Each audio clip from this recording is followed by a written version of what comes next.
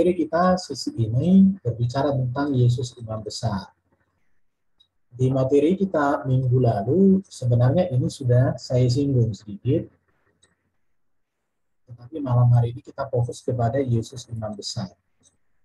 Dalam Alkitab, penting sekali kita memahami tentang benang merah dari keimamatan Yesus, karena ini berkaitan dengan keselamatan. Jadi keimamatan Yesus ini merupakan satu pokok penting ketika kita belajar iman Kristen, berbicara tentang keselamatan. Karena memang ibadah mulai dari PL sampai perjanjian baru itu kan berpusat kepada keimamatan. Perbedaannya adalah di dalam perjanjian lama, keimamatan itu berporos pada Harun dan keturunannya atau Imam Lewi. Tetapi setelah Yesus datang, semua keimamatan itu disempurnakan pada pribadi Yesus. Jadi salah satu juga pentingnya mempelajari tentang keimamatan Yesus ini berkaitan dengan pertanyaan-pertanyaan dari orang seberang, mengapa Yesus harus mati untuk mengampuni dosa. Jadi untuk memahami makna kematian Yesus itu tidak bisa dilepaskan dari keimamatan Yesus. Karena di dalam keimamatan inilah berbicara tentang penebusan, pengampunan, penghapusan dosa, itu terjadi. Itu yang sangat penting dipahami oleh kita dan semua orang Kristen tentang keimamatan Yesus ini. Dalam perjanjian lama, imam besar itu disebut dengan Kohen Gadol ya, atau imam besar atau imam agung. Jabatan imam ini di dalam agama Yahudi merupakan jabatan yang paling tinggi, khususnya berkaitan dengan ibadah orang Israel. Imam besar Israel ini dipercaya sebagai wakil umat Israel di hadapan Allah, serta berperan sebagai pengantara yang kudus antara umat dengan Allah, atau antara Allah dengan umatnya.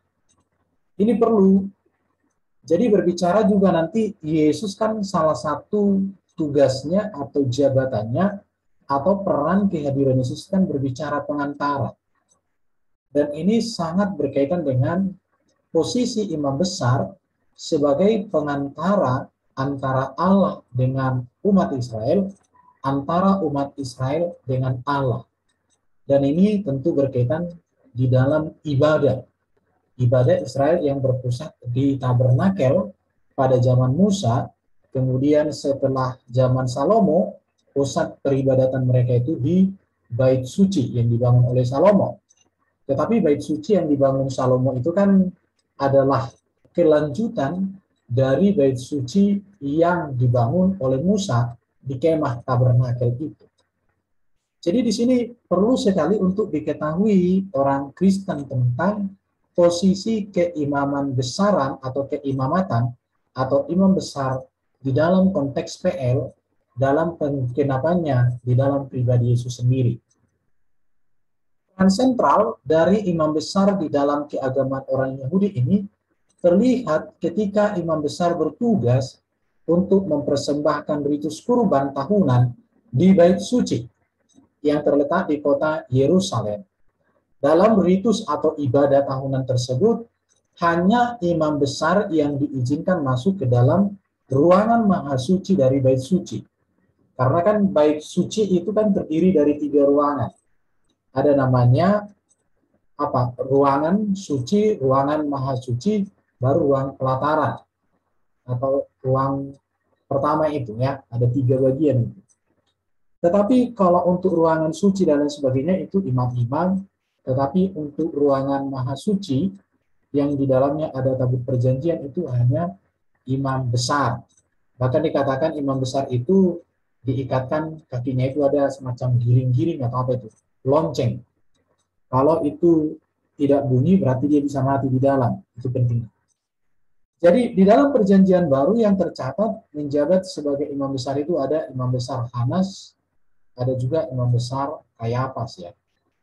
Jadi tentang jabatan keimamatan ini masih berlaku sampai tahun 70-an sebelum Bait Allah dihancurkan.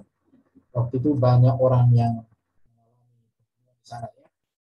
Dan sampai di situ masih berlaku tentang keimaman besaran itu, tapi setelah itu tidak ada lagi. Tidak ada Bait Allah. Sebagai ringkasan ini, imam besar itu berasal dari Lewi, harus keturunan Lewi ya. Dan ini bertindak sebagai wakil umat Israel kepada Tuhan.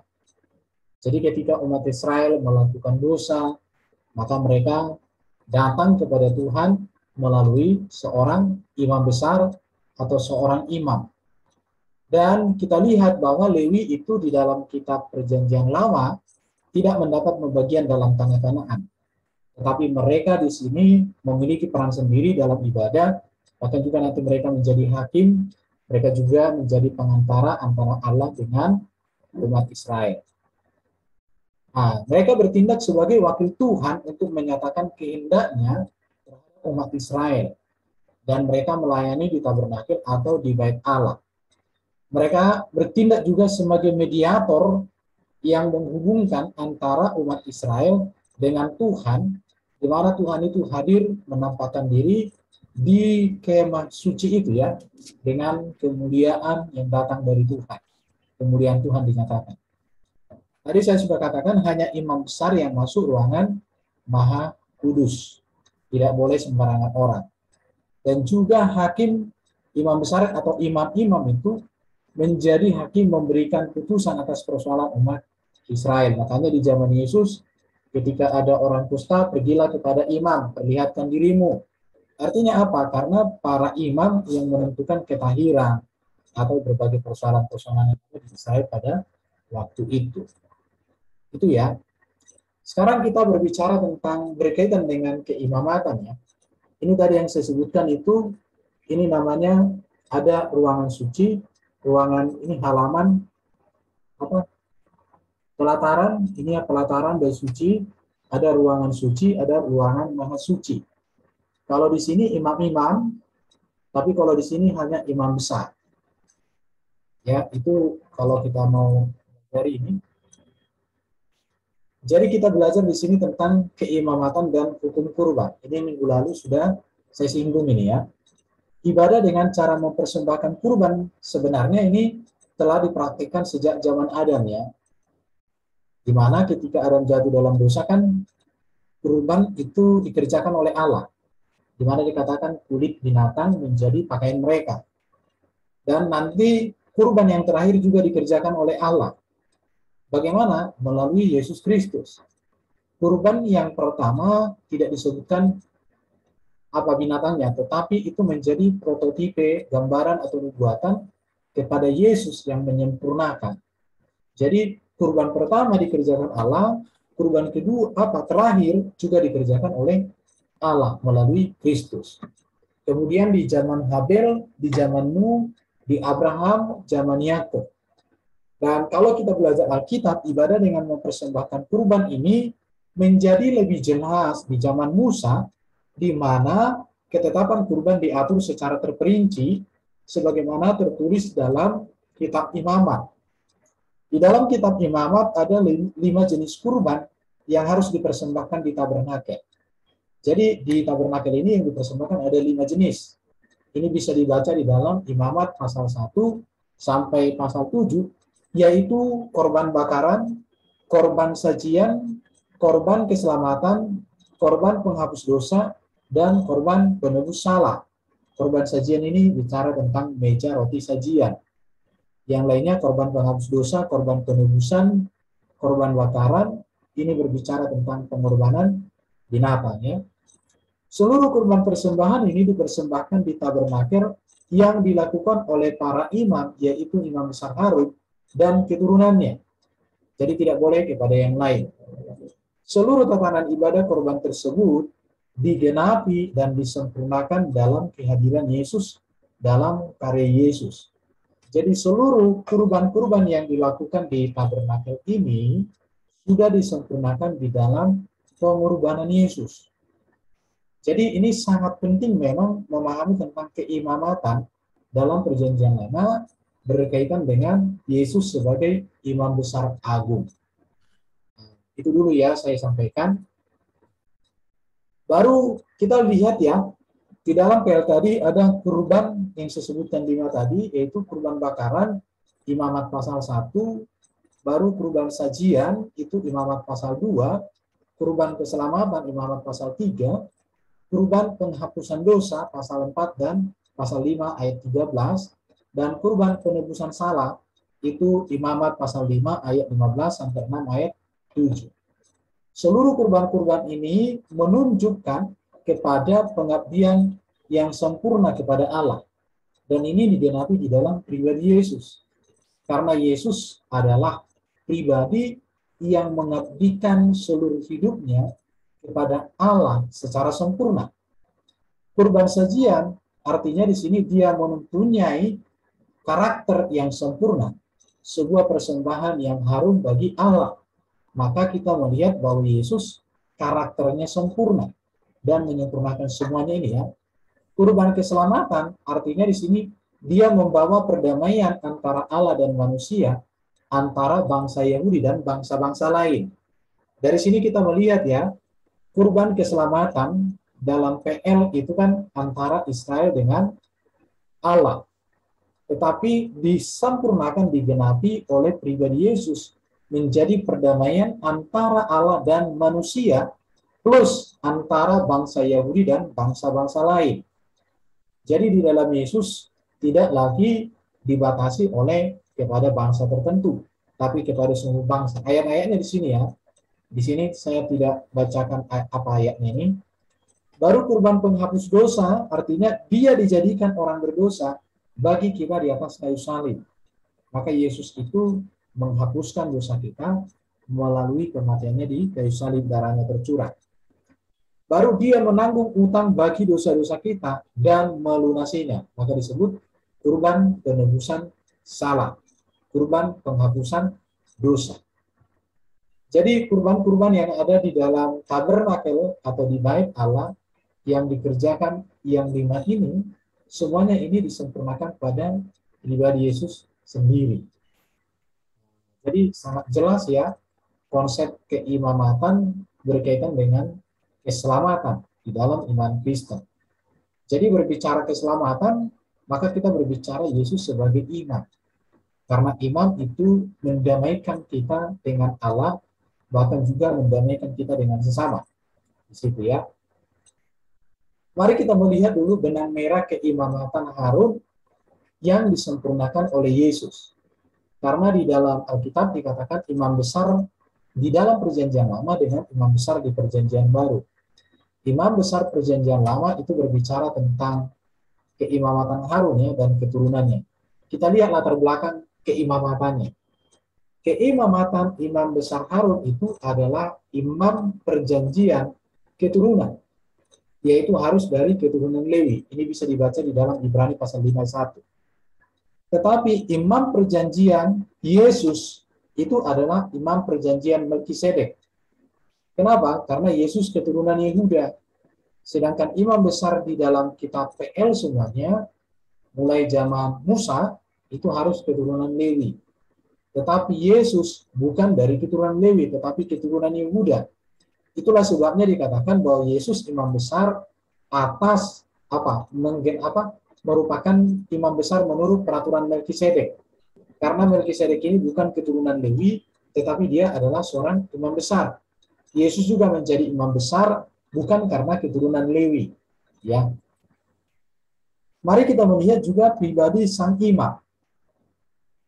Jadi imam besar ini imam yang memiliki keterbatasan. Jadi imam besar Harun ini memiliki keterbatasan ya. Bahkan dia juga mempersembahkan pengampunan dosa buat dirinya, buat keturunannya, dan buat bangsa Israel. Tetapi Yesus itu imam yang sempurna dan mulia. Dia mempersembahkan dirinya sebagai kurban yang sempurna, bukan untuk dosanya, tetapi untuk dosa umat manusia. Nah, di situ.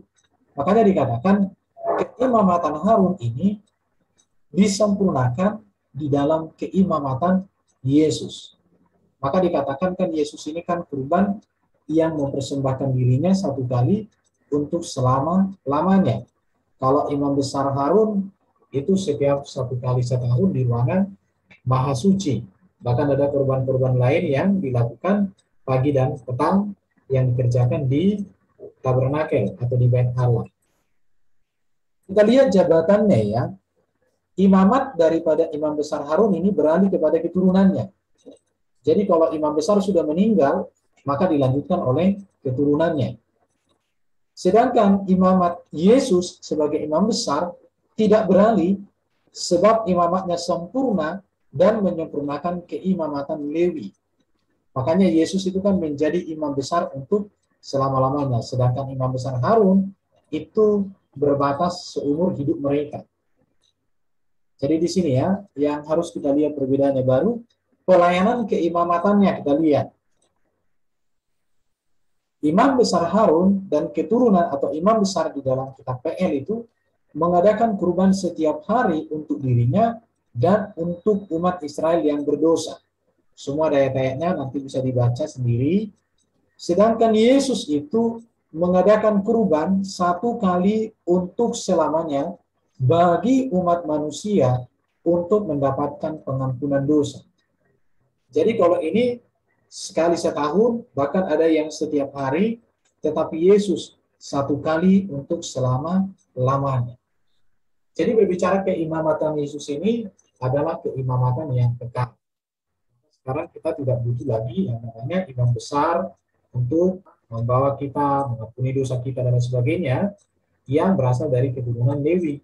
Tetapi kita sudah cukup dengan Yesus sendiri. Oke. Lanjut ya.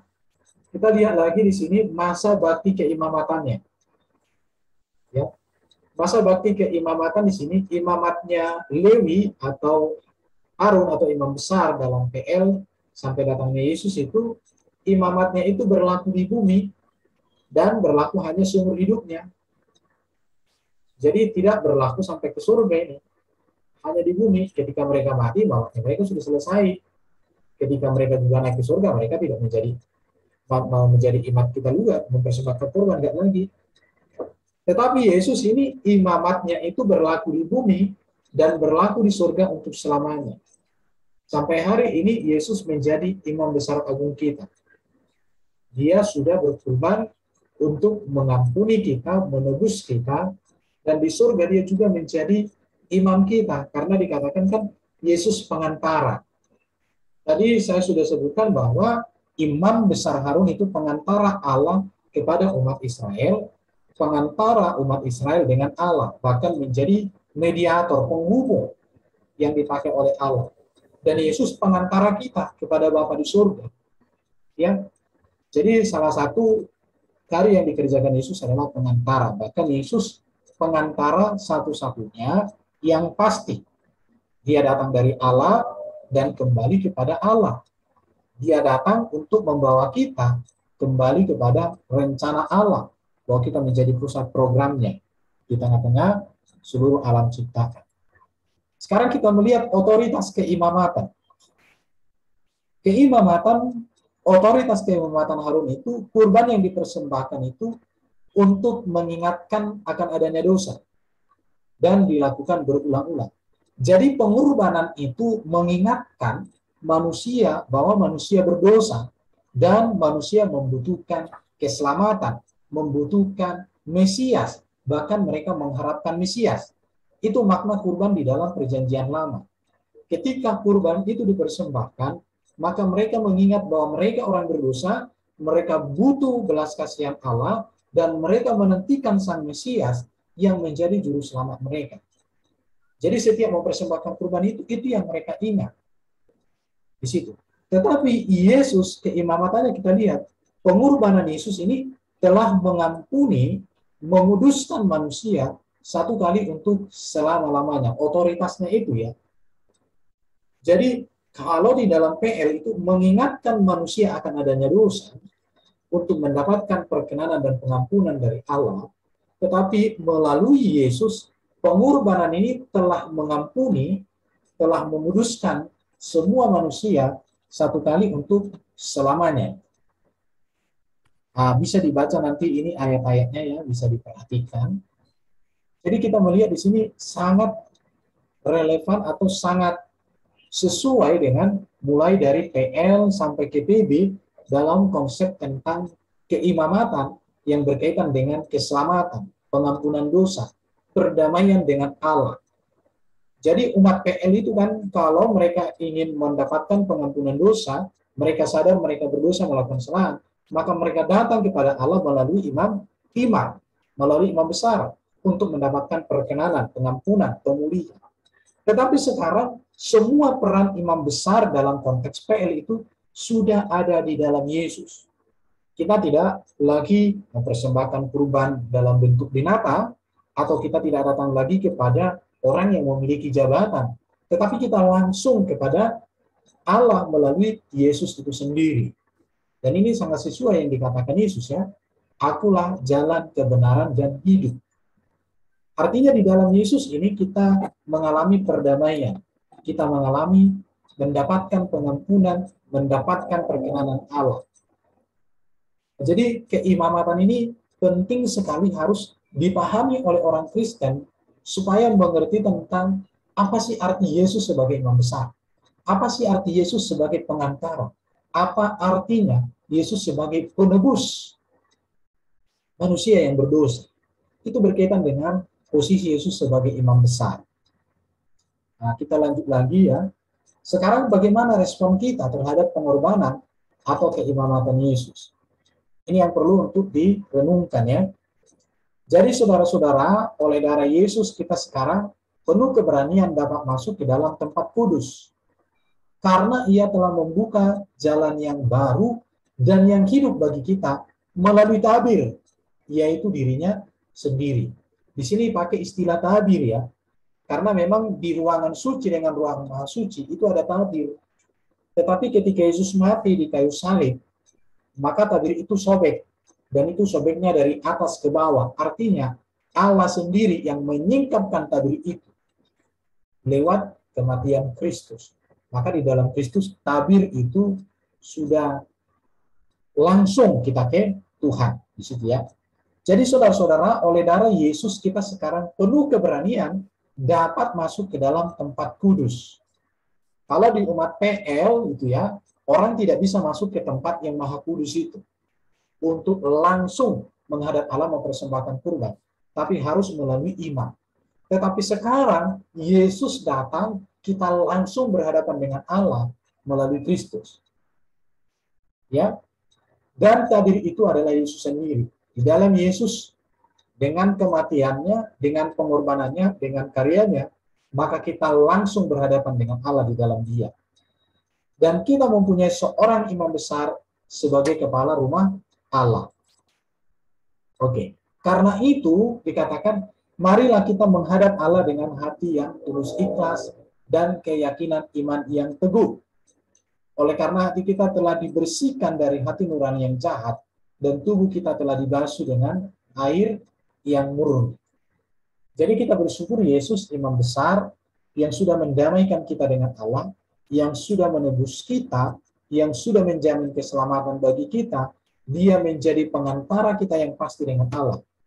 Bahkan kan di dalam doa Yesus mengatakan, barang siapa meminta kepada Allah dalam namaku, Bapakku akan memberikannya. Baru dikatakan begini, marilah kita teguh, berpegang pada pengakuan tentang pengharapan kita, sebab Ia yang menjanjikannya setia. Marilah kita saling memperhatikan, supaya kita saling mendorong dalam kasih dan dalam pekerjaan baik. Yang pertama, poin pertama kedua ini berbicara tentang bagaimana kita berpengharapan, bagaimana kita dekat dengan Allah. Kemudian poin yang ketiga, saling memperhatikan. Ini berbicara bahwa lewat Kristus atau di dalam Kristus, melalui karya Kristus, maka kita didekatkan juga dengan sesama kita. Janganlah kita menjauhkan diri dari pertemuan-pertemuan ibadah kita, seperti yang biasa dilakukan oleh beberapa orang. Mari kita saling menasihati dan semakin giat melakukannya menjelang hari Tuhan yang mendekat. Jadi respon kita terhadap keimamatan Yesus ini, kita bersyukur dan mari kita hidup di dalam karya yang sudah dikerjakan Yesus. Dia penebus kita, dia imam besar agung kita, dia pengantara kita, dia sudah membuka jalan langsung kepada Bapa melalui dirinya. Dan di sini kita perlu saling menasihati ya, dan kita semakin giat melakukannya menjelang hari Tuhan yang semakin mendekat.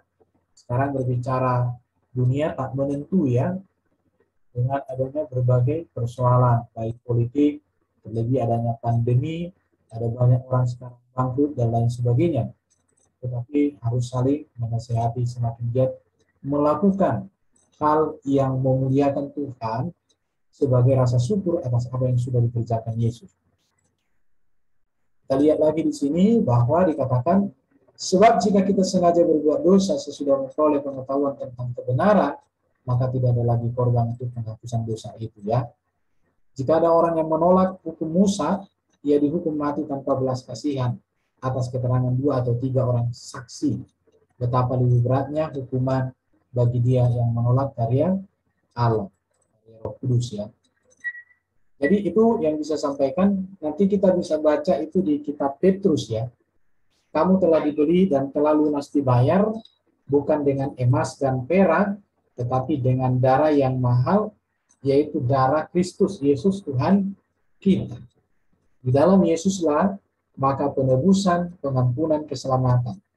Jadi keimamatan Yesus sebagai imam besar ini menjadi dasar pengharapan, dasar kebenaran tentang keselamatan, pengampunan, tentang penebusan kita peroleh secara pasti. Itu nanti kita bisa perdalam hal ini di dalam diskusi kita pada sesi kita malam hari ini. Jadi benang merah keimamatan Yesus ini memang benar-benar menjadi dasar keselamatan bagi orang Kristen. Banyak orang, saudara-saudara kita seberang, tidak mengerti makna kematian Yesus. Karena mereka tidak memahami atau tidak memiliki yang namanya makna kurban. Walaupun mereka melakukan ibadah kurban, apa artinya? Yang penting potong hewan, bagi-bagi ke tetangga, makan bersama. Padahal di dalam kekristenan, kurban itu berbicara tentang sebuah penebusan, berbicara tentang sebuah keselamatan, berbicara tentang sebuah materai janji, pengharapan akan Mesias. Maka dikatakan di dalam kitab Ibrani, tidak ada pengampunan, tidak ada penyucian dalam konteks perjanjian lama tanpa adanya pengharapan. Ini menegaskan tentang konsep penebusan bagi manusia, konsep keselamatan bagi manusia tidak bisa dilepaskan yang namanya Yesus sebagai imam besar agung yang mendamaikan kita dengan Allah, yang menebus kita, membebaskan kita, mendamaikan kita dengan sesama melalui pengorbanan yang dikerjakan satu kali selama-lamanya, yaitu di dalam dirinya melalui kematiannya, darahnya tercurah secara sempurna untuk menjadi tebusan bagi setiap umat manusia. Oke, itu yang bisa saya sampaikan. Kita masuk kepada diskusi. Kalau ada yang mau ditambahkan, silakan. Kalau ada yang mau dikurangkan, kita diskusikan. Atau bagaimana? Silakan. Terima kasih. Iya, luar biasa. Terima kasih, Pak Erwin. Betul ya, Pak Erwin. Jadi memang di sini kelihatan sekali benang merah ya tadi Pak Erwin jelaskan antara bagaimana seorang imamat itu yang dari suku Lewi itu yang diwakilkan dengan Harun, kemudian kita di dalam perjanjian baru, karena kita adalah umat perjanjian baru, itu terwakilinya oleh Yesus Kristus. Yang jadi pertanyaan saya ini Pak Erwin, apakah yang saya bisa bilang ini seremonial Pak ya, seremonial di dalam keimamatan Harun ini masih berlaku sampai sekarang bagi mereka yang berbangsa Yahudi Pak? Kalau dikatakan apakah masih berlaku untuk orang Yahudi, kalau di bangsa Israel, atau saya ya yang saya tahu, kan Bait Allah sudah tidak ada sejak tahun 70. Bahkan yang menjadi keturunan Lewi yang murni pun sampai hari ini, kalau setahu saya, belum bisa ditemukan. Jadi sebenarnya pengharapan daripada bangsa Israel itu kan hadirnya Sang Mesias. Dan kalau kita tidak butuh lagi hal itu karena sudah disempurnakan digenapi oleh Yesus. Karena kan Yahudi kan sejak tahun 70 itu kan berapa juta mereka dibunuh itu. Dan kemudian mereka Betul. berserakan di mana-mana, bahkan mereka pun kalau di runut, hari ini belum ada yang bisa dikategorikan mereka murni adalah keturunan Lewi. Lewi dari keturunan Harun. Itu Pak yang saya tahu. Iya Pak, iya Pak. Iya. Oke, baik teman-teman silakan kalau ada yang mau bertanya dari teman-teman yang mau bertanya tentang materi ini, benang merah keimamatan Iya, Pak. Yesus dan Harun. Silakan, silakan Ibu Ayu, Ben. silakan. Ya, kasih Pak ya. Pak, tadi kan dibilang bahwa keturunan imamat itu kan dari keturunan Lewi. Lalu maksudnya yang menjadi imamat itu kan harus dari keturunan Lewi. Lalu pada saat hadirnya Tuhan Yesus, memang dia jadi berubah menjadi dari keturunan Melkisedek ya Pak? Iya, iya.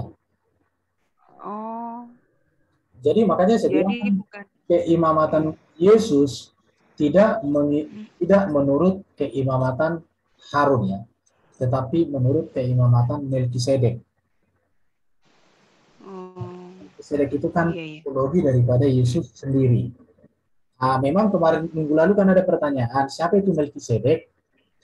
Belum saya jawab secara tuntas sih, tapi mungkin di pertemuan berikut akan coba kita bahas ya Melkisedek itu siapa. Supaya nanti ada Oh iya. kita akan bahas. Materi saya sudah ada. Karena kan Iya. kita setiap Sabtu ini kan belajar bersama toh.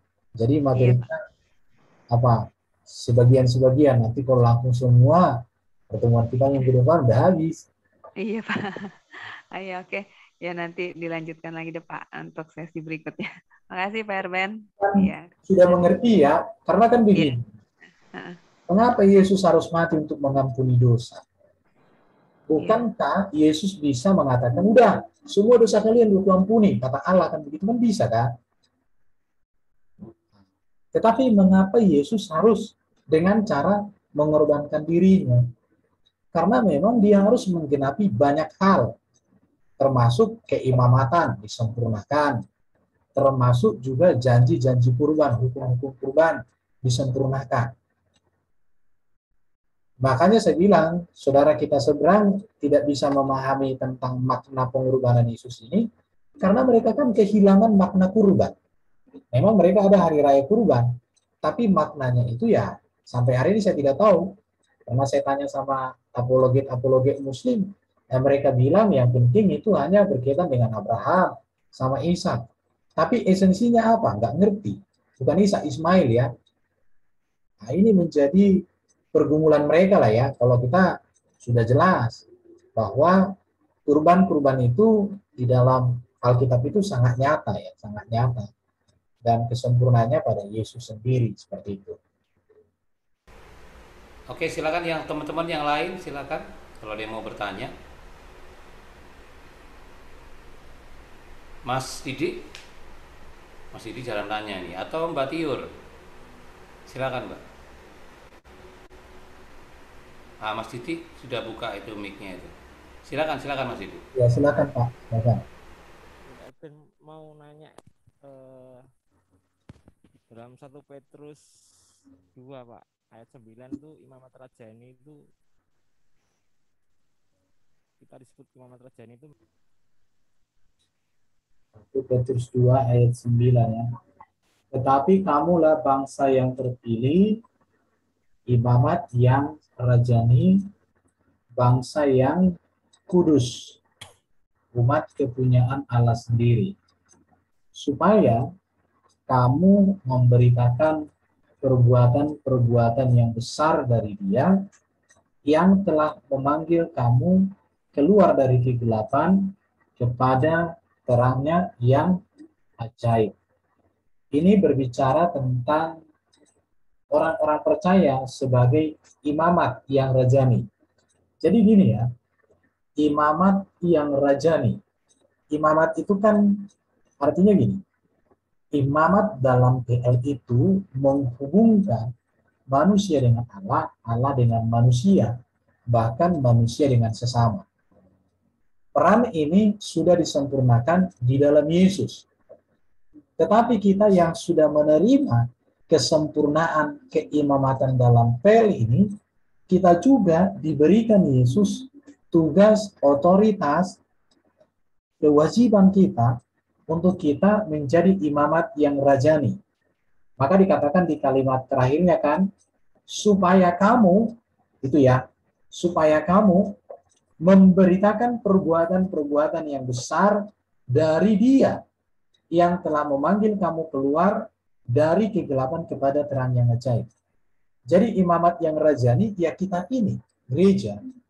Kita menjadi imamat yang rajani artinya kita berfungsi menjadi imamat atau menyampaikan pesan, menyampaikan apa yang Yesus sudah kerjakan dalam diri kita kepada orang lain.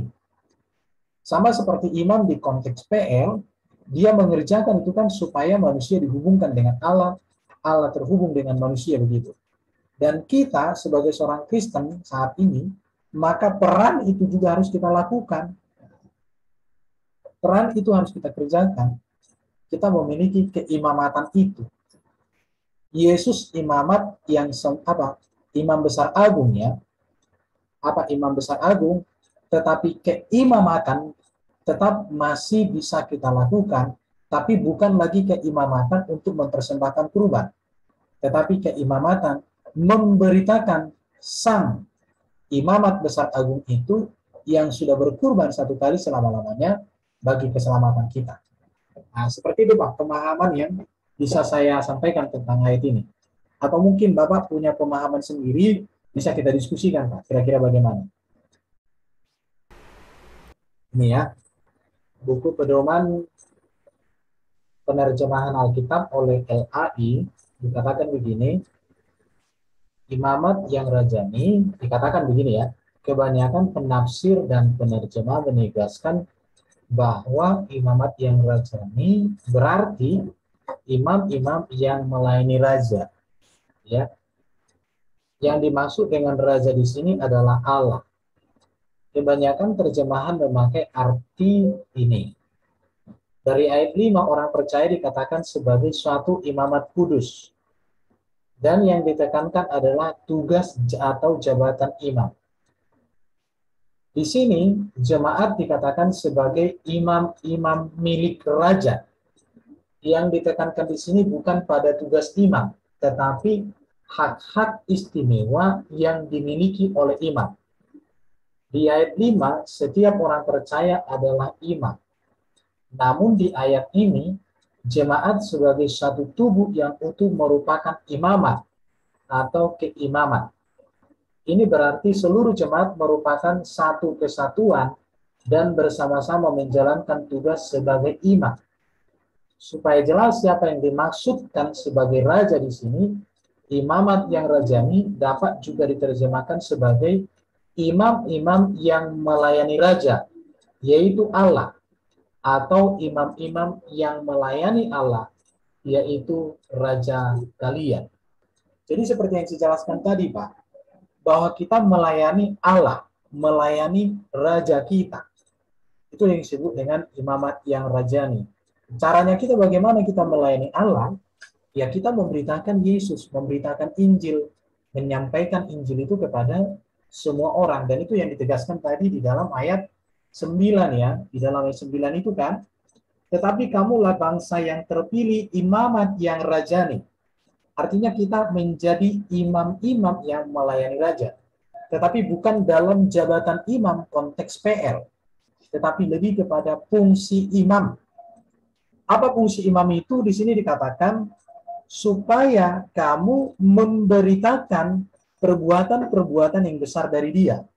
Kalau imam-imam di PL itu pekerjaannya adalah mempersembahkan, mengurus rumah Tuhan, dan lain sebagainya. Tetapi kita ditekankan kepada memberitakan perbuatan-perbuatan yang besar dari Dia yang telah memanggil kamu keluar dari kegelapan kepada terangnya yang ajaib. Dan ini yang dipahami dengan gereja. Karena gereja itu kan orang yang dipanggil keluar dari kegelapan, masuk dalam terang. Jadi gereja Tuhan itu ya tugasnya di situ. Makanya saya sebutkan tadi, kita menjadi imam artinya kita membawa kabar baik, sehingga melalui kabar baik itu orang terhubung dengan Allah. Kita melayani Allah melalui kita memberitakan Injil. Nah, itu. Bagaimana menurut Pak Didiki? Iya Pak, mantap Pak. Iya Pak. Nah, itu ya saya baca. Pak, maaf Pak, saya mau nanya lagi. Ya. Ini mengenai imamat yang rajani ini kan berarti kan gereja. Gereja itu berarti kan termasuk jemaatnya ya Pak ya, yang di dalamnya untuk memberitakan kabar keselamatan, maksudnya Injil kepada semua orang. Nah, tapi memberitakannya ini kan bukan hanya dengan kata-kata Pak, tapi juga harus dengan perbuatan kita kan Pak ya. Benar nggak Pak Erben? Gini, Ya, makasih saya Pak. sudah pernah jawab sebenarnya ini ya, tapi saya ulangi aja. Yang namanya memberitakan Injil tentu harus dengan kata-kata memberitakan. Perbuatan baik kita itu adalah sarana di dalam kita memberitakan Injil. Karena bukan perbuatan baik kita itu yang adalah Injil. Tetapi perbuatan baik kita itu adalah karya Injil yang sudah mengubah hidup kita, itulah perbuatan baik. Dan itu menjadi modal, itu menjadi bekal, itu menjadi fasilitas yang bisa kita pakai untuk kita memberitakan Injil. Gimana Oh, begitu. Ya, ya. Ngerti saya, Pak. Gitu. Oke. Jadi itu modal kita, perbuatan baik itu. Tetapi Injil itu adalah Yesus yang kita beritakan. Tujuannya kenapa kita baik? Supaya Injil yang kita beritakan itu bisa diterima, tidak ditolak. Maka dikatakan kamu suratan Kristus yang terbuka. Oh iya benar. Supaya ketika kamu memberitakan Injil, jangan sampai Injil ditolak, kita ditolak karena perbuatan kita. Iya betul Pak. Karena banyak orang kan sekarang ini, yang penting kita berbuat baik, sikap kita itu untuk pemberitaan Injil. Itu namanya membuat zona nyaman itu biasanya. Iya betul. Berarti banyak begini ya sekali Pak dengar orang-orang seperti itu ngomong anak-anak Tuhan. Yang penting kita pelayanan, kita zona nyaman di gereja gitu, nggak mau keluar gitu. Iya, yang penting baik sama tetangga.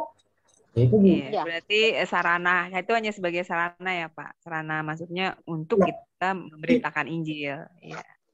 Perilaku kita ya Pak. Oke. Ya, mengerti saya. Itu adalah karya dari Roh Kudus yang sudah mengubah hidup kita sebagai bekal kita, sebagai modal kita, sebagai fasilitas kita untuk kita menceritakan Injil. Nah, itu ya. Itu yang saya pahami. Ya, makasih Pak Erben penjelasannya. Tapi ngomong-ngomong, bagaimana selama 1 minggu ini, Kak? Berapa orang? Nanti ya, habis materi ini ya. Oke, mungkin ada lagi. Saya dapat 1 tukang toko. Oh, puji Tuhan. Nantilah mungkin.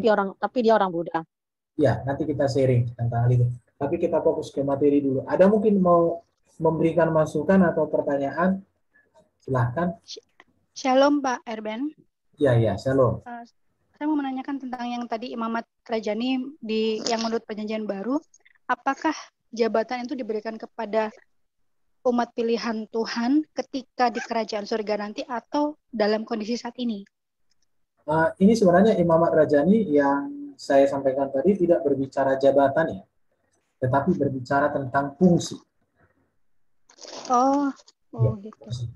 Karena secara jabatan sekarang keimamatan yang dipahami untuk tidak lagi sudah disempurnakan, tetapi fungsi keimamatan itu tetap masih ada, walaupun memang ada gereja juga yang ngomong imam-imam. Jadi imam-imam yang bagaimana, ada contoh gereja saya tahu nama istilah imam-imam ya, tapi imam-imam di sini yang dimaksud bukan sebagai jabatan, tetapi imam-imam yang dimaksud di sini imamat kerajaan ini berbicara fungsi bahwa kita menjadi saksi, kita memberitakan Injil. Itu penekanan dari sini. Dan karena menurut saya itu terlalu tinggi banget levelnya. Oh ya, kalau menurut bisa aja sih. Muhammad Rajani, pelayan raja kan gitu. Oh iya, Pelayan raja kan termasuk kepercayaan tangan kanan gitu Pak. Jadi, wih, levelnya tinggi sekali gitu. iya, memang kita melayani raja, segala raja kan Yesus kan. Makanya Yesus Ya, ngomong, apa yang kamu buat kepada anak kecil ini kau berbuat padaku. Kan ada itu dikatakan oleh Yesus, kapan Tuhan aku melayani engkau, kapan gini? Ketika kamu berbuat kepada salah satu orang yang paling kecil ini, kau berbuat kepadaku. Jadi sebenarnya apapun yang kita lakukan di dunia ini, bahwa itu bentuk dari kita melayani raja segala raja kita. Makanya itulah akibatnya kita orang Kristen ini ya, kita melayani Tuhan. Jadi kalau kita melayani Tuhan itu, ya memang itulah. Kan kita hamba. Udah pernah aku sampaikan nggak di sini gambaran relasi kita dengan Tuhan kan sudah. Salah satu kan hamba itu. Jadi kita hamba bagi raja segala raja. tapi apakah dengan hamba itu justru lebih dekat dengan sebutan imamat Rajani itu? Kalau hamba kan masih mungkin di bawahnya imamat Rajani. Apa gimana Pak menurut Pak Erwin? Sebenarnya imamat yang rajani menjadi hamba Allah juga ya semua. Karena kan bukan berarti dipisah-pisah ya. Tapi kalau imamat di sini kan kalau kita kaitkan dalam konteks PL, kan imamat itu kan menjadi penghubung antara Allah dan manusia, manusia dengan Allah, bahkan juga manusia dengan sesama. Itu sebenarnya kan imamat. Peran itu juga ada pada kita. Itulah makanya tadi dikatakan di ayat 9 itu kan supaya kamu memberitakan kasih Tuhan. Itu. Jadi kita tidak menghubungkan dalam bentuk kurban, tapi kita menghubungkan sesama dengan Tuhan dalam bentuk pemberitaan Injil lah. Oh, saya kira itu tadi imamat Rajani itu akan disebutkan kepada kita kalau nanti kita sudah di kerajaan surga bersama-sama dengan Tuhan Yesus. Itu Ya, berarti ya, sekarang ini pun kita sudah disebut imamat Rajani ya Pak ya? ya sekarang lah. Kita sekarang ini memberitakan Injil lah kita sudah memiliki itu sebenarnya. Oh ya, ya paham Pak. Terima kasih. Oke, sama-sama.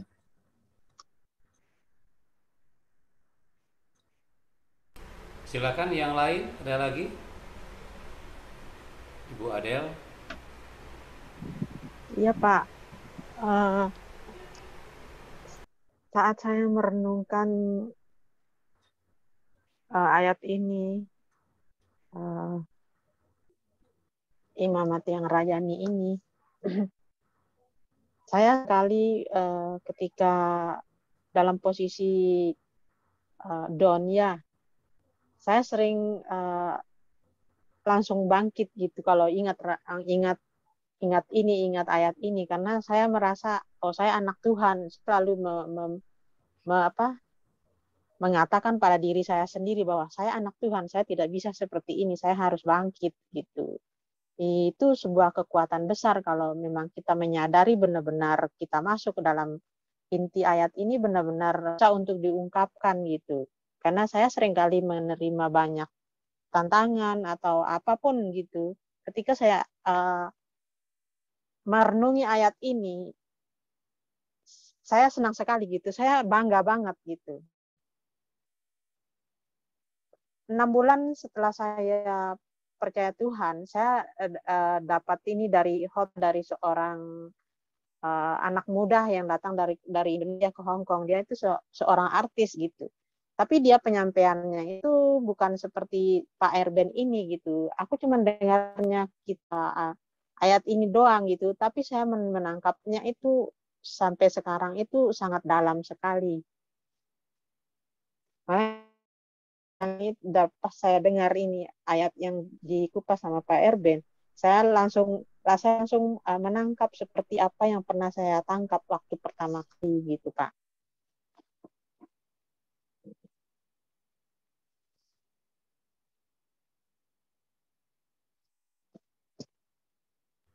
Oke Bu, ya namanya itu kan pengalaman Ibu terhadap kata atau kalimat daripada firman Tuhan di dalam 1 Petrus 9 ya, itu sesuatu pengalaman yang sangat bagus.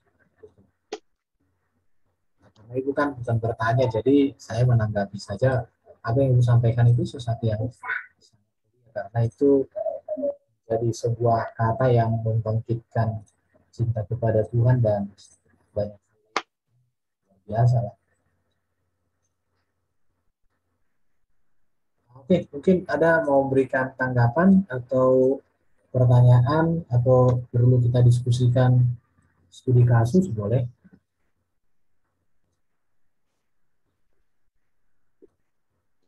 Pak Stefanus, Pak, silakan Pak Stefanus.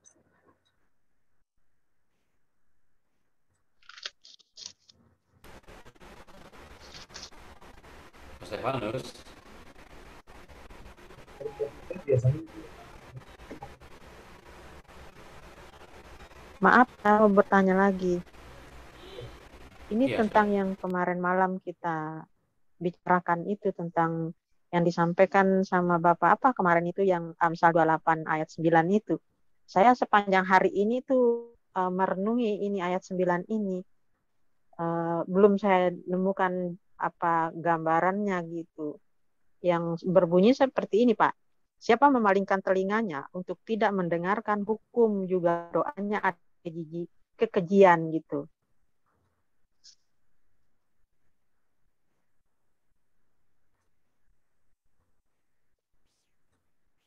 Halo? ini kan siapa memalingkan telinganya untuk tidak mendengarkan hukum, juga duanya adalah kekejian. Ya, tepat, tepat. Artinya supaya doa kita itu menjadi berkenan kepada Tuhan, ya ke telinga kita itu harus menyendengkan kepada hukum Tuhan. Memalingkan. Berarti orang yang berbalik dari hukum Tuhan, doanya kekejian, kan itu arti bahasanya. Atau orang yang Iya. jauh dari hukum, ya doanya itu kekejian, kejijikan. Betul ini Bu, ayat itu. Jadi biar kita banyak berdoa, banyak ngomong, banyak gimana, tapi kalau kita berpaling dari hukum atau tidak mengindahkan hukum, ya sama saja. Oh iya gitu ya Pak. Karena kan ada kata tidak ya. Siapa memalingkan telinganya untuk tidak mendengarkan hukum. Kata tidak di sini penting untuk disimak. Artinya di sini orang yang telinganya masih suka dengan hal-hal yang buruk, tidak suka dengan firman Tuhan, tapi dia berdoa, ya inilah kalau kita kaitkan dengan ajaran Yesus yang berkata, jika kamu teringat akan kesalahanmu kepada orang lain, tinggalkanlah persembahanmu, berdamailah dulu. Artinya persembahan sebanyak yang kita berikan kepada Tuhan, tapi tanpa kehidupan kita yang benar di hadapan Tuhan, maka sia-sia. Sama seperti Kain ya kan, mengapa persembahannya ditolak? Ya hatinya panas kan begitu. Jadi yang dilihat Tuhan itu kan bukan jumlah persembahan nomor satu, tetapi bagaimana motivasi, dasar dan alasan melakukan sesuatu. Itu dinilai. Oh gitu. Kalau hanya jumlah nanti ya orang kaya lebih yang paling diterima Tuhan. Iya. Persembahan Karena 10.000, orang kaya kasih 1 juta. Tapi orang kaya lah pun dipuji kan enggak. Aku sih melihat di situ. Hidup yang benar, melahirkan perbuatan yang benar, itulah yang ideal, yang benar. Tapi kalau perbuatannya benar, hidupnya tak benar kan repot juga. Kita kayak menyogok itu. Pak Erben, maaf Pak, Ya, ya. saya mau tanya lagi. Bapak kan tadi bilang mengenai bahwa jika kita berdoa, tapi kalau kita masih belum mengampuni orang lain gitu, berarti kan berarti kita harus membereskan dulu. Tapi ketika kita datang kepada orang yang misalnya berkonflik dengan kita, tetapi niat baik kita untuk berbuat, maksudnya baik lagi sama dia nggak diterima, itu bagaimana ya Pak Erben? Apakah kalau dia nggak nerima kebaikan kita, berarti kita masih belum beres, itu konfliknya apa gimana? Ya, makasih Pak Erben. Kalau yang saya yakini ya, ketika kita sudah melakukan perintah Tuhan, maka urusan kita sudah selesai. itu urusan dia dengan Tuhan. Karena berbicara pengampunan itu kan kita dengan Tuhan. Dan ketika Tuhan katakan kita harus menyelesaikan dengan sesama kita, tetapi sesama kita itu tidak mau, berarti urusan kita dengan Tuhan sudah selesai. Berikutnya urusan Tuhan. Yang penting kita melakukan bagian kita ya. Itu yang paling pertama. Kita tunduk kepada firman Tuhan. Masalah orang terima atau tidak, itu sudah bukan urusan kita lagi. Yang pasti kita sudah datang.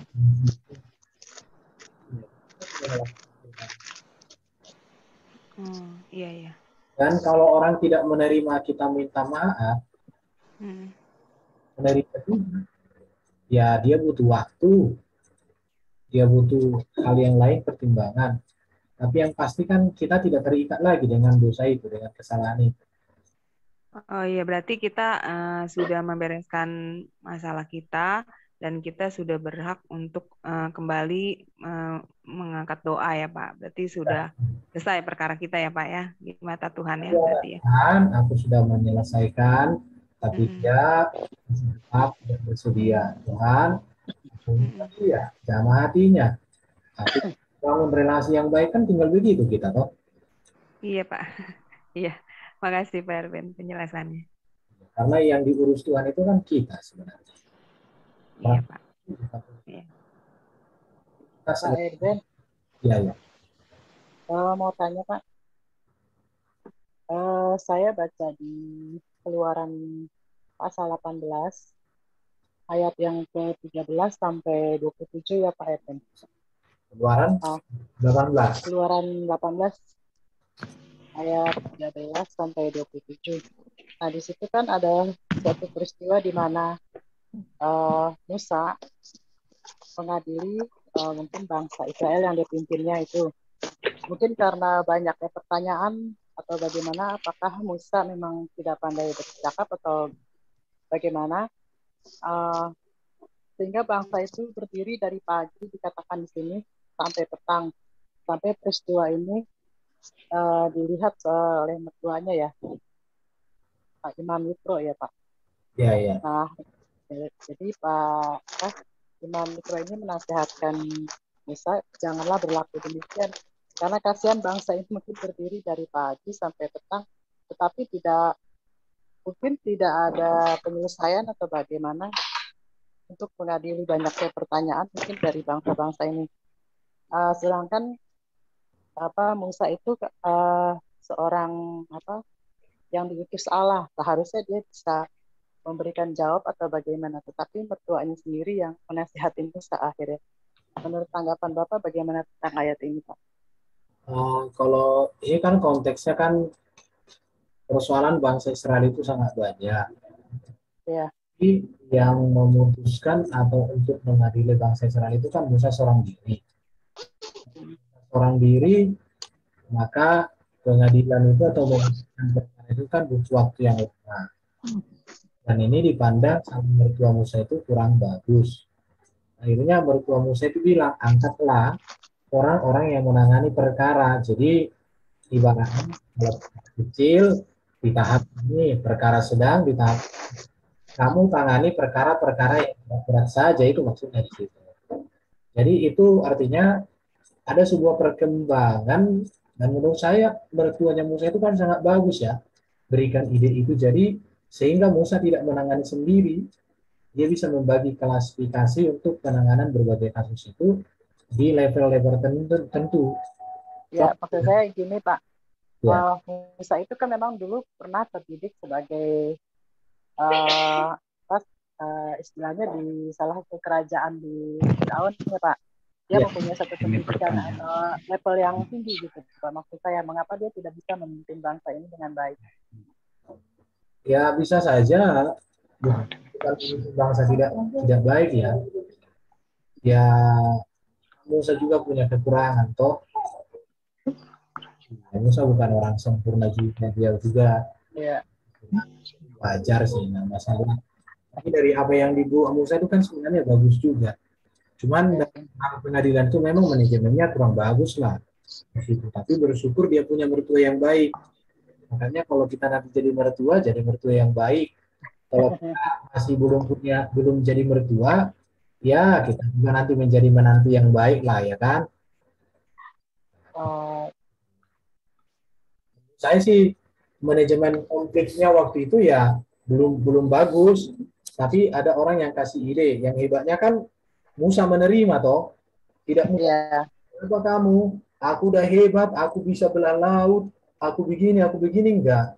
Oh ya, iya, iya, iya. idemu sangat bagus, sangat membantu.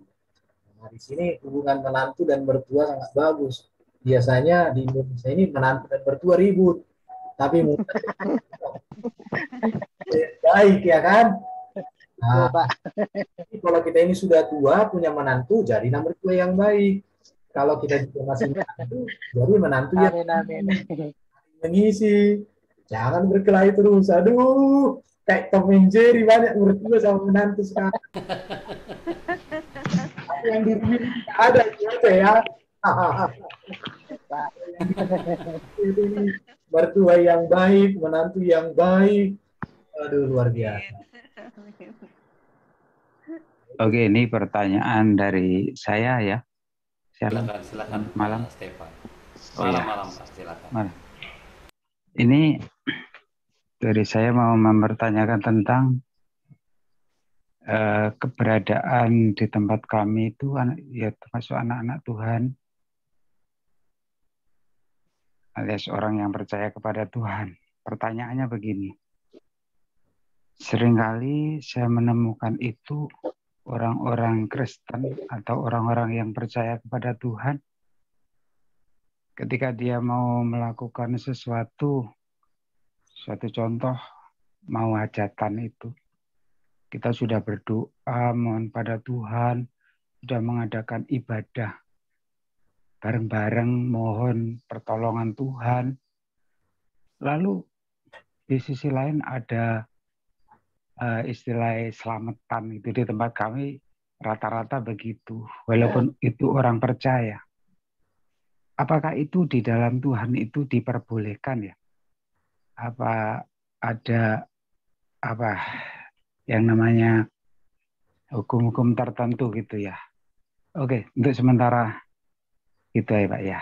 Nanti disambung lagi pertanyaan saya. Untuk hal ini sebenarnya Pak, Ya. beberapa pertimbangan ya. Kalau di dalam misi kontekstual kan ada namanya materi tentang Kristus dan budaya ya. Ada beberapa pandangan dikatakan Kristus hadir itu bukan memberangus budaya. Artinya semua budaya dihabisin, nggak boleh ada. Hanya Alkitab, kira-kira begitu. Itu kurang bagus, itu salah ya. Tetapi di satu sisi Yesus datang mengakomodir budaya, artinya ada nilai-nilai budaya yang memiliki nilai positif dan itu dipertahankan. Tapi ada juga namanya Yesus datang untuk menerangi budaya. Artinya budaya itu diperbaiki. Kalau sudah menyimpang, tidak bisa diperbaiki, benar-benar fatal, ya dibuang. Tapi kalau masih bisa diperbaiki. Contoh, budaya itu bagus, tetapi esensinya salah. Esensinya yang diubah, gitu Pak. Jadi, ya contoh, ya budaya orang Batak suka pergi ke kuburan ketika hari Natal. Ya boleh saja ziarah begitu ya. Tapi esensi ziarahnya apa? Itu yang harus. Ya ziarah itu hanya untuk mengenang kebaikan orang tua. Artinya kita mengingat terus bahwa kita punya orang tua yang baik, yang membesarkan kita. Dan kita bersyukur kepada Tuhan. Kalau konteksnya seperti itu boleh.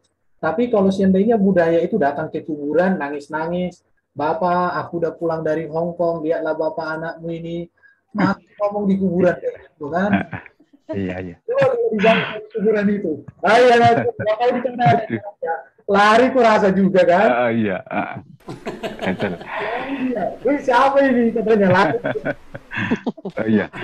Ya ini yang pernah saya alami gini lah ya. Ini kan istri saya udah nggak ada ya, udah bersama Tuhan. Sebelumnya itu kan udah sakit itu ngomong sama saya gini, Mas, nanti kalau saya dipanggil Tuhan, ndak usah selamatan, ndak usah sampean ke kuburan gitu. Dia udah pesan gitu waktu itu. Terus ini saya mulai dari 3 hari 7 hari sampai 100 hari, jujur saya cuman mengadakan ibadah itu pas 40 harinya. Terus opini dari tetangga, dari lingkungan itu, kamu itu nggak sayang sama istrimu, katanya gitu. Loh, kenapa nggak sayang? Wong saya sudah rawat dia itu selama 7 bulan. Saya nggak pernah mengeluh, dia juga nggak pernah mengeluh. Tapi dia kan tahu, dia itu sudah dekat sama Tuhan. Udah pesan gini gitu. Jadi menurut Bapak itu gimana? Saya kan ndak mengadakan istilah selamatan gini, kayak 100 hari, kayak 7 hari itu saya ndak mengadakan memang. Jujur saya nggak mengadakan. Ya, tidak masalah Pak gini ya. Ya, tapi ndak ada masalah di hadapan Tuhan ya. Ya, secara iman Bapak tidak melakukan kesalahan. Tetapi kalau memang kita ingin mengadopsi budaya, menerangi budaya, barangkali Pak gini. Iya. Dan itu diubah menjadi semacam ibadah lah. Dikumpulkan semua, pimpin ibadah, nanti ada orang yang ceramah di situ, pendeta atau majelis, berbicara tentang arti kematian, bila penting seminar kematian, kan begitu. Jadi kalau langsung kita putuskan kan itu menjadi pembicaraan. Tapi kalau kita ubah maknanya, bukan lagi mendoakan orang yang mati, bukan lagi yang lain-lain yang kita lakukan, tidak masalah. Itulah yang disebut dengan Yesus datang untuk menerangi budaya atau membaharui budaya. Jadi kecuali kalau itu sudah berbau mistis ya. Iya. Ada satu budaya orang Batak, ibaratnya kalau dulu dia pulang dari kota, potong ayam itu ditaruh dulu satu kamar baru ngomong. Makanlah ini Bapak, udah anakmu datang. Udah kusiap makanan yang paling kau suka. Itu kan penyembahan berhala sudah kan? Atau datang kuburan, ditaruh makanan di kuburan. Makanlah Bapak, makanlah opung dan lain sebagainya. Kasih rokoknya ditiup angin. Oh, kencang kali opungku ini merokoknya katanya. Kan lucu, itu sudah mistis, itu udah menyeleweng. Oh iya gitu ya. Jadi tergantung Bapak, kalau Bapak tidak melakukan itu tidak menyalahi firman Tuhan, cuman agak janggal di mata orang sekitar. Iya, memang betul. Ya, tidak menjadi janggal Bapak di mata orang sekitar, kalau seandainya Bapak lakukan itu 100 hari, 40 hari, 7 hari, tapi dalam bentuk ibadah, bukan menghantarkan doa, bukan untuk meratapi, tetapi itu kesempatan Bapak untuk memberikan pengajaran tentang arti kematian, supaya orang bersadar, supaya orang mempersiapkan diri, menurut saya positif juga ya. Jadi bukan nilai budaya yang ditonjolkan, tetapi budaya itu dijadikan sebagai sebuah sarana kesempatan menyampaikan kebenaran. Nah, seperti itu Pak. Oh iya, makasih. Ya. Ini kan sampai sekarang ini saya kan kalau menurut saya ini jujur ya, kalau saya mengadakan hal seperti itu biasanya ndak malah senang, biasanya malah sedih saya ini jujur ya. Terus akhirnya saya ngomong sama anak-anak, nanti nggak usah mengadakan ibadah, soalnya Bapak ini jujur ya, saya Bapak nggak enaknya gimana, nanti lah kalau udah 1000 harinya aja nggak apa-apa. Saya bilang gitu sama anak. Nggak apa-apa ya. Jujur ini saya ngomong. Bapak bikin ibadah, ibadah, nanti di situ karena Bapak panggil pembicara yang bisa memaparkan dengan bagus arti tentang kehidupan, arti kematian, itu sangat bagus Pak. Jadi iya. Bapak menjadi berkat, daripada nanti Bapak nggak lakukan, akhirnya bahan pembicaraan. Nanti di situ Bapak akan bisa jelaskan mengapa saya begini, katanya begini ya, bisa dijelaskan. Oke. Terima kasih, Pak. Itu pernah tegur juga seorang ibu kayak gitu, Pak. Dia cari bunga, ya kan? Bu, apa bunga itu katanya? Dia ngomong, tadi malam aku mimpi sama bapak katanya. Terus apa mimpi ibu? Minta makan katanya. Loh, bapak ibu minta makan kok dikasih bunga? Apa waktu hidup dulu orang tua ibu itu makan bunga? Aku bilang. Iya. Kan lucu kan? Heeh. Minta makan bunga waktu hidup nggak makan bunga. Kenapa ibu kasih bunga? Aku bilang. Aduh, nah ini sudah pemahaman yang salah. Hal seperti ini yang harus diluruskan. Heeh. Itu Pak. Ada juga toh pas mimpi itu katanya loh, iku loh, tengare kamu itu disuruh dia itu minta baju. Lah terus loh kok bisa gitu? Loh kamu beli kain yang putih itu lalu dibawa ke kuburannya, lalu diikat untuk apa itu? Maisannya itu katanya gitu. Itu ini namanya saudara kamu itu minta baju katanya gitu kan, malamnya itu dia mimpi gitu. Itulah. Jadi intinya Pak, tidak ada lagi hubungan kita dengan orang mati. Ingat peristiwa Lazarus dan orang kaya ya, apa yang dikatakan oleh Allah. Tidak ada hubungan, ada jurang pemisah di situ. Iya. Itu cerita Lazarus duduk di pangkuan Abraham. Itulah menjadi sebuah penggambaran tentang hubungan hidup dan orang mati. Itu sudah cukup jelas untuk kita Pak. Oke.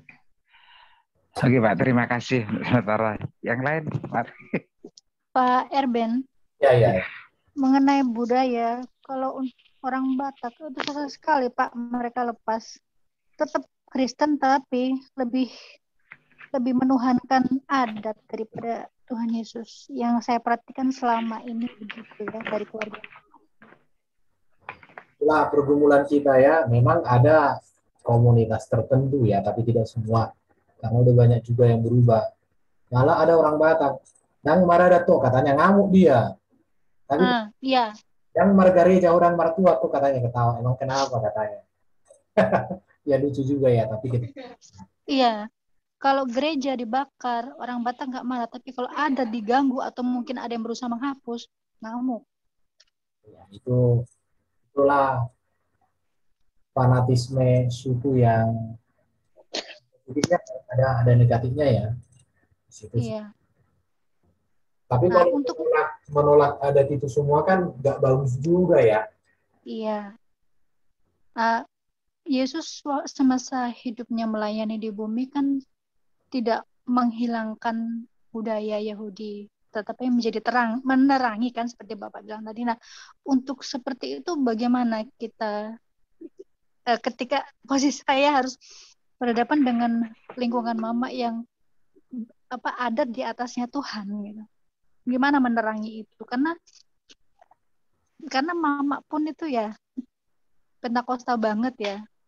Jadi lumayan dibenci sama keluarga besar karena terlalu ini nggak boleh sesuai firman Tuhan. Terus saklek gitu mama itu. Jangan, ini nggak sesuai firman Tuhan kayak gitu. Udah, itu dibenci sama keluarga juga. Padahal buat saya itu ada sisi positifnya karena emang jangan sampai adat itu di atasnya Tuhan gitu. Ya betul. Jadi artinya gini, kalau adat itu sudah menggantikan posisi sudah tidak salah. Yang benar itu adalah adat itu harus tunduk dan dikendalikan oleh nilai-nilai kebenaran Tuhan. Bagaimana untuk mencapai hal ini? Disinilah namanya yang bisa dilakukan oleh gereja setempat melalui pendeta. Tapi kalau pendetanya nggak mengajarkan lagi ya susah kita ngomong. Kita buatlah seminar, kita buat KKR sama mereka supaya mereka sadar. Ya itulah, kalau bila genting suruhlah mereka masuk Zoom, ikut di room kita ini, supaya mereka bisa di sini mendengarkan pelajaran-pelajaran kita yang luar biasa ini. Itu aja sekali itu. Ya, terima kasih Pak. Itu karena kasus, jadi ya butuh pelayanan lagi lah yang harus dikerjakan. Iya. Nah, ketika dalam suatu adat gitu, kita nggak bisa menolak ya untuk tidak mengikuti prosesi adat itu gitu. Sedangkan itu tidak sesuai dengan hati nurani saya juga yang sudah banyak mengenal kebenaran firman Tuhan. Karena kalau saya nggak mengikuti prosesnya, dikatain dang marada kok. Aduh, ya apa ya bingung. Jadi kita harus punya batasan sih, artinya selama ada tikus sesuai kehendak Tuhan lakukan, kalau tidak sesuai ya ditolak, nggak masalah. Cuma cara menolak itu ya dengan cara yang bagus lah, yang juga dengan cara yang oh, Ya, baik Pak. kalau memang ada tikus semuanya sama sekali tidak ada kan nanti jadi repot. Ya, tapi ada batasan-batasan yang bisa untuk diterangi oleh firman Tuhan. Iya, terima kasih Pak. Ya, ya. Itu saja. Shalom, Pak Erben. Ya, halo Ibu Rosa. Iya, selamat malam, Pak. Selamat malam. Iya, ini tadi apa namanya jaringannya agak kepental dikit, jadi saya mungkin ada dengar putus-putus juga sih suara Pak Erben. Tapi boleh saya tanya Pak? Ya mungkin pertanyaan atau dibilang apa ya Pak? Begini Pak. Masalah perjanjian lama itu, masalah tadi kan saya putus-putus ya Pak ya, korban-korban bakaran begitu ya Pak ya, waktu zaman perjanjian lama itu sebelum Yesus ada kan. Ya. Nah ya kalau boleh mungkin saya berpendapat, kalau mungkin kalau salah dibetulkan nih Pak, berarti waktu zaman perjanjian lama itu mungkin Allah itu memberikan kayak apa ya, semacam kayak kita harus persembahkan korban-korban kalau kita menebus dosa ya Pak ya, gitu betul Pak, menebus dosa begitu ya Pak. Mungkin kalau menurut saya itu dulu itu waktu zaman itu tuh Allah itu kayaknya tahu aja nih manusia ini nggak mungkin lah, misalnya kalau udah ditebus kan berarti udah clear gitu ya Pak dosa. Nah nanti kalau orang itu berbuat dosa lagi berarti nebus lagi, kata Bapak kan tadi kalau nggak salah ada yang setiap hari ya Pak, betul Pak? Ya, ya, ada pagi. Ada juga yang ya mungkin beberapa kalau mungkin nggak salah begitu nanti mungkin setiap seminggu sekali atau mungkin apa namanya, jadi mungkin Allah itu wah ini manusia ini gimana gitu ya Pak ya. Jadi kayak semacam boleh kalau saya bilang mungkin Allah itu menguji ya Pak, kira-kira nih kamu sanggup nggak? Kalau enggak, ini kan hanya artinya ini Yesus nih, hanya Yesus kan begitu. Bagaimana Pak? Gimana cara saya tuh ngomong tuh bagusnya Pak? Kira-kira Pak Erben mungkin bisa menyimak ya apa yang jadi kira-kira mungkin zaman itu tuh Allah itu supaya menjadikan ini perbandingan nih, kalau tanpa Yesus bagaimana ini gitu loh. Gitu ya Pak kira-kira Pak. Begitu aja Pak Erben, saya cuman minta apa sih? Minta pencerahan aja Pak. Jadi gini Bu ya, berbicara. Oke, ya makasih Pak ya. Ya. Berbicara kurban untuk pengampunan dosa kan itu pertama kali terjadi saat Adam dan Hawa jatuh dalam dosa. Betul, iya. Kejadian 3:21 itu di mana Allah memberikan pakaian dari kulit binatang kepada Adam dan Hawa. Itu berbicara kurban pertama dan itu maknai untuk perjanjian. Isi Ibu mungkin bisa di-mute. Jadi kan Allah berjanji akan datang Mesias, Kejadian 3:15, dan meterai perjanjian itu adalah pengharapan akan adanya kedatangan apa? Pengharapan akan Mesias ini dimateraikan dengan adanya kurban. Makanya umat perjanjian lama selalu mengadakan kurban ketika mereka mendekat kepada Tuhan. Artinya di sini apa? Yang pertama, mereka menyadari bahwa mereka berdosa, butuh sang penebus. Mereka menyadari bahwa mereka membutuhkan sang Mesias yang akan datang.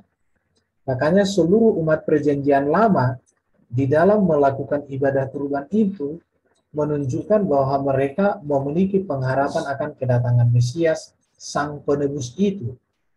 Itu artinya, jadi ketika mereka berdosa mempersembahkan kurban, maka yang mereka ingat, yang mereka rindukan adalah bahwa ada sang Mesias yang akan datang sebagai penebus bagi mereka. Itu esensi dari kurban itu. Dan itulah yang disempurnakan oleh Yesus. Maka Yohanes Pembaptis kan mengatakan, lihat anak domba Allah yang menghapuskan dosa dunia. Jadi tadi saya sudah sampaikan bahwa kurban di dalam pel itu mengingatkan kepada bangsa Israel, kepada umat manusia, bahwa mereka berdosa dan mereka membutuhkan belas kasihan, mereka membutuhkan sang penebus, mereka membutuhkan sang Mesias. Itu esensinya, Bu. Pak, baik Pak, terima kasih. Jadi mungkin satu pertanyaan lagi Pak, berarti orang-orang Yahudi itu agama Yahudi ya Pak ya, mereka kan nggak percaya Yesus tuh, berarti mereka nggak percaya. Jadi berarti kalau orang-orang Yahudi itu boleh dong Pak ya poligami Pak? Maksudnya seperti di PL itu kan kayak, jadi bagaimana tuh Pak ceritanya? Kalau saya tanya ke orang-orang yang nggak percaya Yesus, maksudnya di agama Yahudi Pak, ya gitu aja Pak. Makasih Pak. Jadi gini ya, di dalam Alkitab tidak pernah Allah memberikan instruksi untuk manusia poligami. Poligami di dalam Alkitab itu adalah inisiatif manusia yang sudah berdosa untuk tujuan daripada mereka. Memang bisa dikatakan seolah-olah Allah menyetujui poligami ada, contoh seperti Salomo, tetapi kalau kita melihat itu terjadi atas keinginan mereka. Karena begini ya, manusia Tuhan ciptakan satu laki-laki, satu wanita, dan itulah pernikahan yang tidak ada dosa. Itulah pertama sekali yang dirancang Allah. Dan Yesus datang untuk memulihkan perkawinan yang sesungguhnya. Maka kalau kita melihat ya, Adam diciptakan laki-laki dan perempuan. Dan dikatakan Yesus di dalam pelayanan itu kembali menegaskan tentang pernikahan yang monogami, satu laki-laki, satu wanita. Matius 19. Jadi sebenarnya konsep Allah untuk pernikahan itu adalah satu laki-laki, satu wanita. Proses pernikahan lebih daripada satu laki-laki, satu wanita itu lahir dari kehidupan manusia yang sudah berdosa. Di situ. Jadi sebenarnya di umat PL pun tidak boleh kok.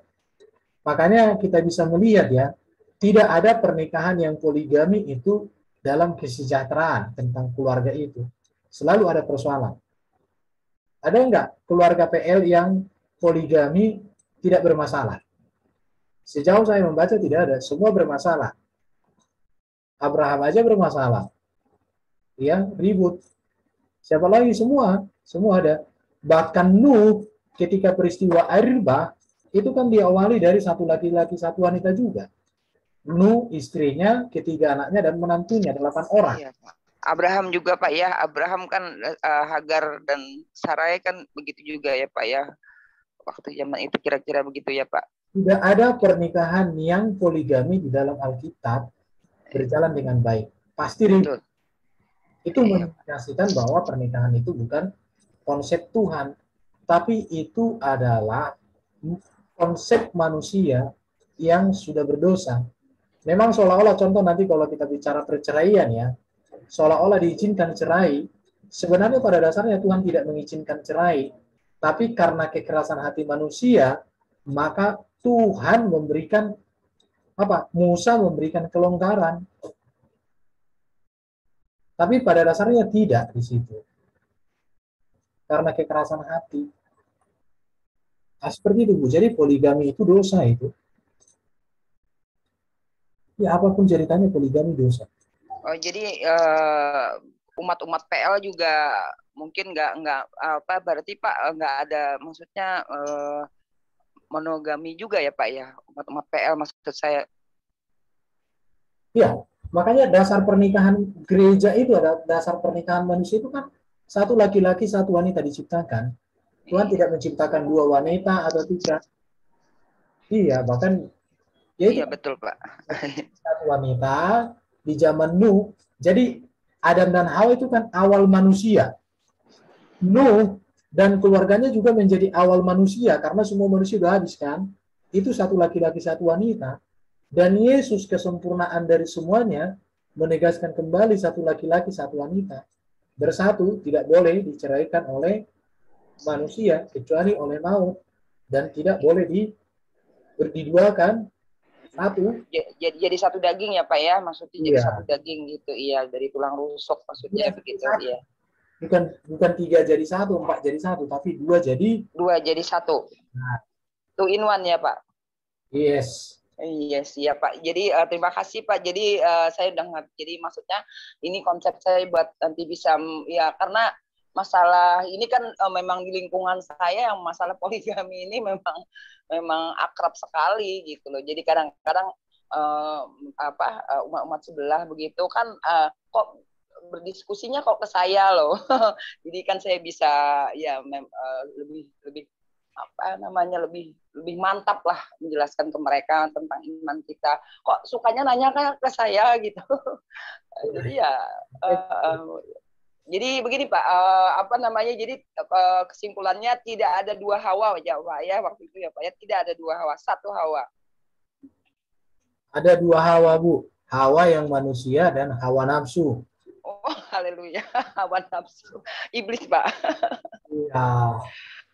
Iya Pak. Itu Hawa manusia dan Hawa nafsu itu ada. Iya Pak, iya betul Pak. Hawa, Siti Hawa bukan maksud saya itu Siti Hawa Pak, bukan Hawa.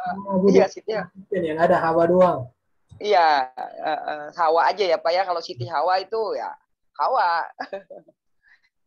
Iya Pak. Terima kasih Pak Erben. Penjelasannya kayaknya sih nggak karena saya nggak banyak apalagi karena saya tadi nggak banyak menyimak karena putus-putus Pak. Ya. Jaringannya kurang bagus. Terima kasih banyak. Salam buat teman-teman. Tuhan Yesus memberkati. Jumpa lagi nanti lain kesempatan. Mungkin minggu depan sih. Bukan. Iya Pak. Jadi nanti jangan ada yang nyanyikan. Jadikan aku yang kedua. Wow, haleluya. Ibu Lea disambut Ibu Lea. Ayo Bu Lea. Terima kasih Pak. Iya Ibu Rosa, terima kasih Ibu Rosa. Ya, Pak Erben, Pak. Iya. Pak, saya mau tanya lagi Pak mengenai apa yang penciptaan manusia awal mula yaitu Adam dan Hawa. Hawa itu kan diambil dari tulang rusuk Adam ya Pak. Pada saat itu kan. Yang jadi pertanyaan saya adalah ketika manusia lain tercipta, apakah dari sejak semula misalnya manusia Adam ini, yang ini misalnya, dia tulang rusuknya sudah ditentukan dari semula juga? Gitu maksudnya tulang rusuk dari misalnya pria ini gitu Pak. Itu pertanyaan saya. Makasih Pak Erben. Jadi apa ini ya? Jadi cara jodoh ini. Jodohku, maunya aku dirimu. Orang tua nggak tahu. Makanya saya pengen tahu Pak, apakah itu sudah ditentukan oleh Tuhan dari sejak semula? Misalnya, contohnya Pak Yon, jodohnya ini, tulang rusuknya wanita ini, misalnya Pak Kak Stefanus tulang rusuknya wanita ini, Pak Stefanus kena. Bagaimana gitu loh Pak maksudnya? Maksudnya gitu ya. Terima kasih Pak Erben. Jadi kalau yang saya tahu, yang ditetapkan Tuhan itu kan sebenarnya kriteria dan hukumnya ya. Jadi bukan si A dengan si Anu dijodohkan dan lain sebagainya. Menurut saya bukan di situ ya, tapi kriteria hukumnya yang ditetapkan. Artinya berjodoh itu satu laki-laki, satu wanita.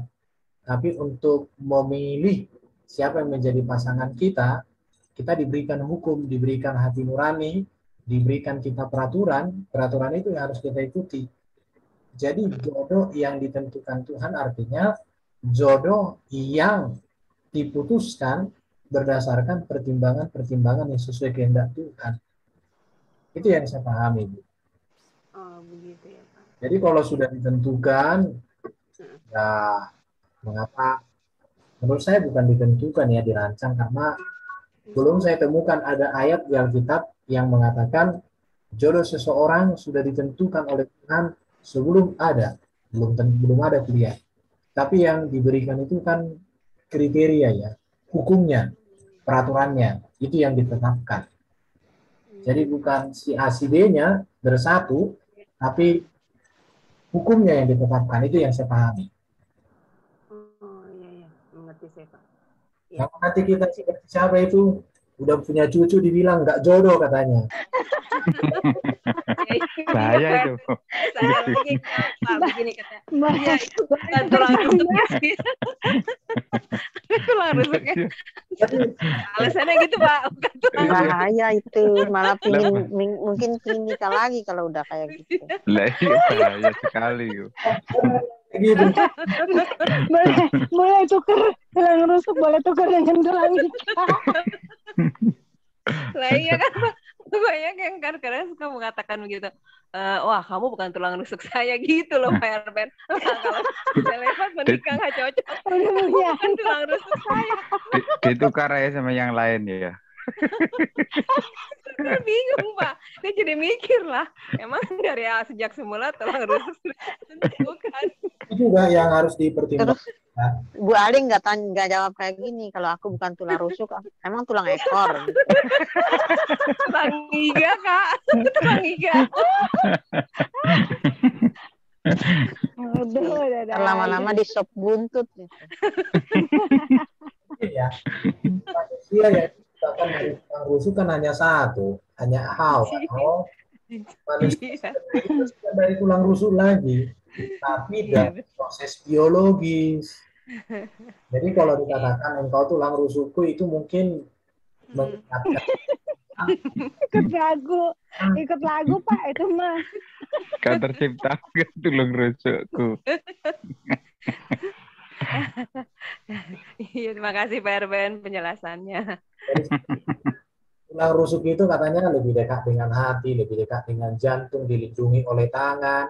Kalau seandainya diciptakan dari tangan, mungkin digebukin terus. Iya. Aduh. Ada aja. Siran untuk menghibur lah. Apalagi kalau diambil dari tulang gigi, ya digigit terus lah.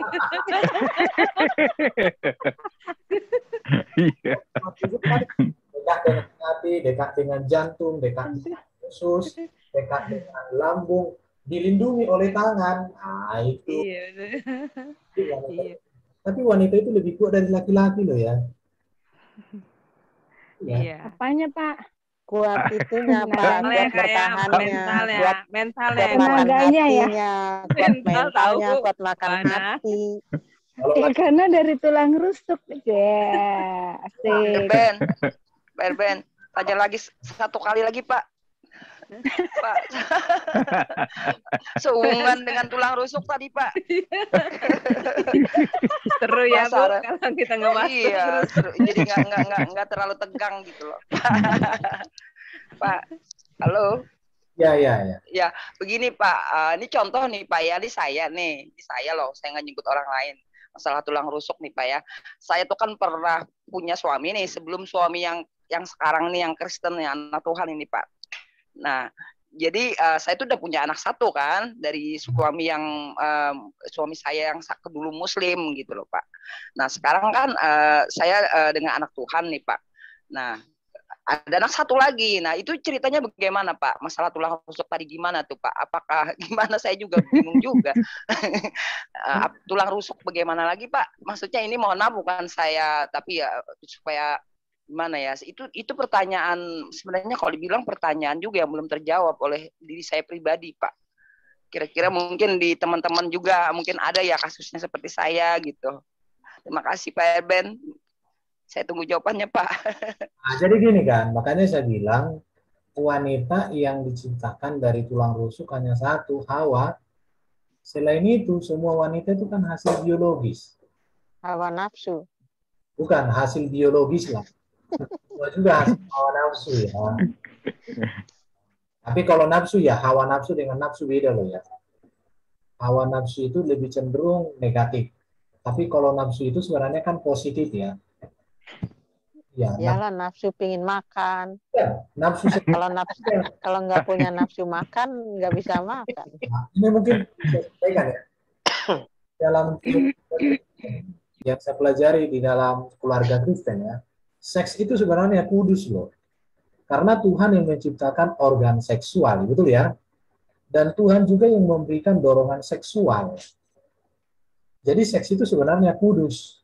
Seks itu menjadi tidak kudus ketika digunakan pada waktu yang salah.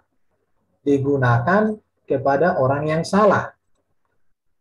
Itu waktu yang salah apa? Contoh free sex. orang yang salah, bukan kepada pasangan yang resmi. Iya, bukan muhrim. Muhrim ya. Itu. Jadi menurut saya seks itu kudus ya. Nah, itu yang harus diapakan. Cuma kan banyak orang kan tidak menghargainya. Dan seks itu kan diciptakan Tuhan untuk tujuan Tuhan. Bukan untuk diumbar, bukan untuk diperjualbelikan ya. Karena banyak juga orang menjual seksnya kan. Itu dia. Tapi pertanyaan Ibu tadi yang harus diingat Ibu itu bahwa manusia satu-satunya yang diciptakan dari tulang rusuk Hawa. Selain itu manusia hasil biologis. Jadi istilah tulang rusuk itu sebenarnya bukan berarti ibu dari tulang rusuk dua laki-laki karena dua kali